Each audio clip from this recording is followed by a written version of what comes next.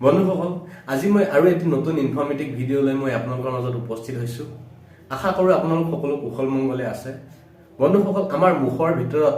এবিধ অমৃতৰ উৎপন্ন হয় আৰু এই অমৃতবিধক আমি সকলোৱে ঘৃণাৰ দৃষ্টিৰে চাওঁ কিন্তু এই অমৃতবিধে আমাৰ শৰীৰত হ'ব পৰা বিভিন্ন ধৰণৰ বেমাৰ নাশ কৰি আমাক কিমান বহু বেমাৰৰ পৰা আমাক বচাই ৰাখে কিন্তু আমি এই অমৃতবিধক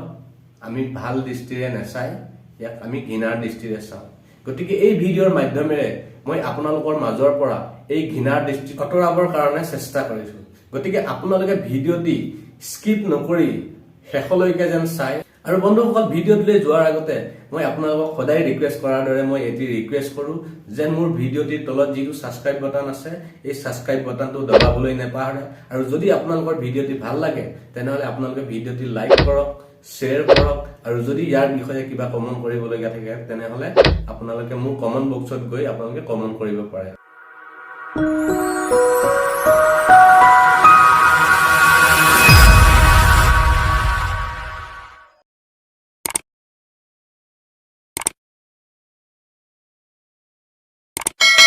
বন্ধুসকল ককা আইতা সকলে আমাৰ যদি শৰীৰত কোনোবা অংশত আঘাত লাগে আৰু যদি বিষৰ অনুভৱ হয় তেনেহলে সেই ককা আইতাহঁতে কোৱা নিশ্চয় শুনে যে বাহি থু দি মালিচ কৰিলে এই বিষ দুই এদিনতে ভাল হয় কিন্তু কথাষাৰ মিছা নহয়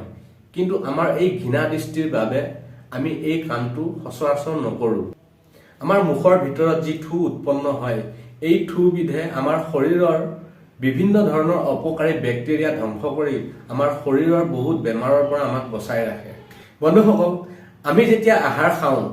আহাৰ খাওঁতে যেতিয়া আমি চুবাও এই চুবোৱাৰ প্ৰক্ৰিয়াটো আমি কৰি থকাৰ সময়ত আমাৰ মুখৰ পৰা এবিধ ৰস ওলায় এই ৰসবিধে আমাৰ আহাৰৰ লগত মিহলি হৈ যদি আমাৰ আহাৰৰ লগত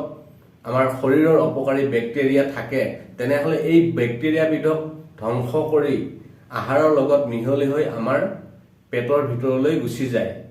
আৰু আমাৰ শৰীৰত হ'ব পৰা বিভিন্ন ধৰণৰ বেমাৰৰ পৰা আমাক বচাই ৰাখে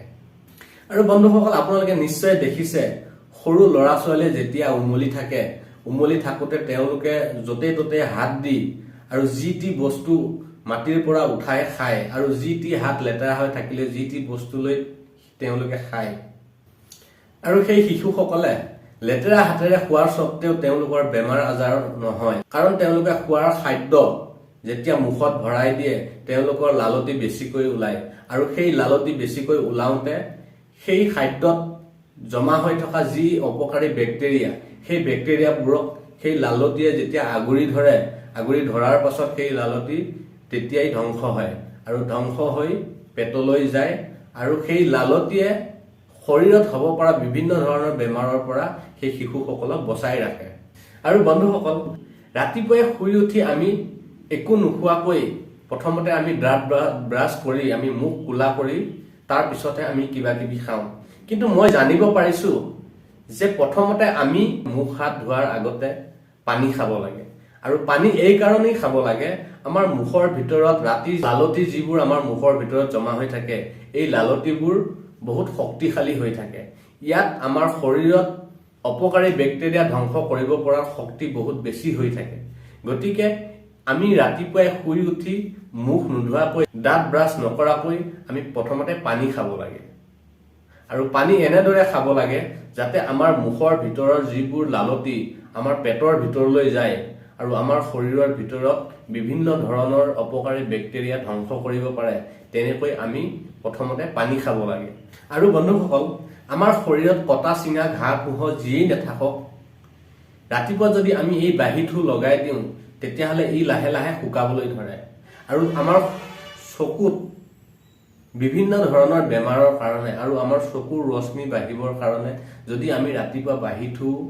চকুত লগাওঁ কাজলৰ দৰে তেতিয়াহ'লে আমাৰ চকুৰ ৰশ্মি শক্তি বাঢ়ে আৰু আমাৰ চকুৰ বিভিন্ন ধৰণৰ বেমাৰ নাইকিয়া হয় বন্ধুসকল আপোনালোকে সচৰাচৰ দেখা পায় যে জীৱ জন্তুৰ যদি জখম হয় তেনেহ'লে সেই জখমখিনিত সেই জীৱ জন্তুৱে চেলেকি থাকে আৰু এই চেলেকি থকাৰ কাৰণ হৈছে মুখৰ ভিতৰত যিবোৰ লালতিৰ উৎপন্ন হয় সেই লালতি সেই জখমত যদি লগাই থকা হয় তেনেহ'লে সেই জখম লাহে লাহে ঠিক হ'ব ধৰে গতিকে জীৱ-জন্তুৱে তেনেকুৱা জখম হলে চেলেকি থাকে আৰু বন্ধুসকল এনে ধৰণৰ এই আমাৰ মুখৰ ভিতৰৰ থুখিনি আমাৰ কিমান উপকাৰী আৰু কৈ থাকিলে ভিডিঅ'টি বহুত দীঘলীয়া হৈ গৈ থাকে আৰু যদি আপোনালোকে ইয়াৰ বিষয়ে বেছিকৈ জানিব খোজে তেনেহলে মোৰ কমেন্ট বক্সত কমেন্ট কৰক তেতিয়া মই ইয়াৰ বিষয়ে বেছি দীঘলীয়াকৈ এটি ভিডিঅ' লৈ আহিম আৰু তেতিয়া আপোনালোকে ইয়াৰ বিষয়ে আৰু ভালকৈ জানিব পাৰিব বন্ধুসকল আজি মই এই ভিডিঅ'টি দীঘলীয়া নকৰি মই আৰু বেলেগ ভিডিঅ'ত আপোনালোকক লগ পোৱাৰ প্ৰতিশ্ৰুতিৰে আজিলৈ ইমানতেই সমাপ্ত কৰিছো নমস্কাৰ